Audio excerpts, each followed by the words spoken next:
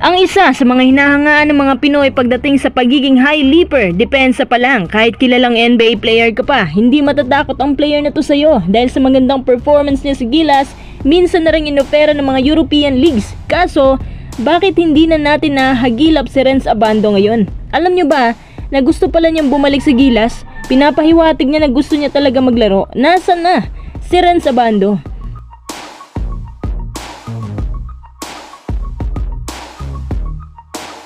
Ngunit bago natin ang pagpatuloy, kung nais susuportahan ang aking channel, just click subscribe and share. Kung meron kayong Facebook, Twitter, or Instagram, pakishare na rin ang mga videos ko para mas masaya. Hindi ko akalain na darating din palang panahon na magiging isang free agent si Renz Abando. Hindi basta-basta ang mga nakukuha niyang remarks mula sa ilang sports analyst, mula sa KBL at mula mismo sa bibig ng ilang mga European coaches. Pero bakit hanggang ngayon, hindi natin siya makita? Kahit man lang sa Gilas sana, kasi nga available naman ang oras niya tapos nasa kondisyon pa siya. Maliban lang siguro kung may injury. Konting kwento naman tayo tungkol sa buhay niya. Si Renz Joseph Mamuyak Abando, pinanganak at lumaki sa Santo Tomas, La Union. Una siyang nadiskubre sa Urdaneta, Pangasinan sa Bactad East National High School. Since sa mga high school days niya, naging priority niya talaga ang pagbabasketball. Sa collegiate level, una talaga siyang naglaro sa UST Growling Tigers dahil nirecruit siya ni Alden Ayo. Naabot nilang final sa season 82, pero ang UST din noon, nagkaroon ng kontrobersiya tungkol sa nangyayari sa training camp kahit may COVID. Kaya nang walang pag-aalinlangan, nag-transfer siya kaagad sa Letran. Dito sa Letran, mas nakilala pa siya dahil sa kanyang versatility at athleticism. High leaper, matinik, dumipensa, solid yung footwork niya, pati yung composure.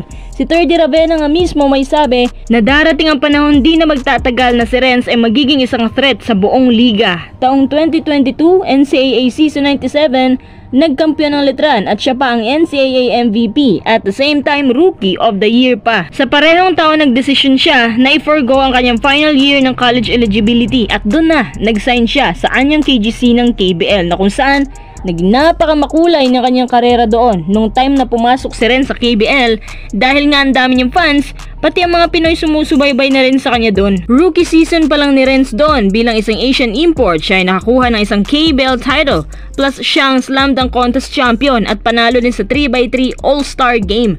Taong 2022 din, napabilang siya sa roster ng FIBA Asia Cup at 2023 FIBA World Cup na kung saan pinamalas niya ang kanyang versatility at athleticism. Binida niya sa buong mundo ang kanyang husay sa depensa at pagiging isang high leaper na kahit mas matangkad pa sa kanya or sikat na players kahit sa ibang bansa, walang takot niya itong sinupalpal. Nakakabilib ang ganitong katangian ni Renz. Kaya naman minsan na rin siya nagkaroon ng offers na samot-saring training camps at European leagues. Pero hindi naman sa buong buhay ng karera ni Renz ay maaraw. Ilang beses din siya nagkaroon ng injury sa anyang. Huli na nang malaman natin na may hindi pagkakaunawa na pala sa loob dahil nung nagkaroon siya ng vertebrae injury, nung tinulak siya ni Onwaku, 17 games siyang nawala. Nung nakabalik siya, medyo hindi na naging satisfied ang anyang sa mga performances niya. At ang mas malala, bumaba na rin sa standings ang anyang KGC at ang expectation nila na kapag bumalik si Renz, makakabalik na rin sila sa dating normal na rankings ay hindi naman nangyari. So imbes na magre-renew na sana na kontrata si Renz doon, ay hindi niya pinasok. Instead, nag-opt out siya at umalis sa KBL. Ngayon, ang daming mga rumors na papasok na raw siya sa B-League or sa PBA pero ayaw pa rin niya. Ano ang bago? Gusto po niya maglaro sa Gilas. Hindi ko lang alam kung ano ang makakapag-hold back sa kanya. Pero kung titingnan mo ang bagong 15-man pool, firm na si Coach Tim dito at ayaw na niya na may madagdag pa. Especially na ilang araw na lahat magsisimula ng second window laban sa Tall Blacks. Nasa na nga ba si Renz Abando ngayon? Siya po ay nagpapakondisyon ngayon sa United by the Game training camp. Parang bagong training camp ata to na matatagpuan sa Mandaluyong. Kakalaro lang po ni Renz dito kasamang ilang mga nakilala nating PBA stars gaya ni Jeff Chan at Kiefer Ravena. Napatanong na lang sa IG account niya itong fans niya na idol, may bala ka pa bang maglaro? Ang sagot niya, oo naman. Pero sa pakiramdam niya kasi, hindi pa itong tamang panahon. Gusto niya naman umbalik yung 100% niya na forma.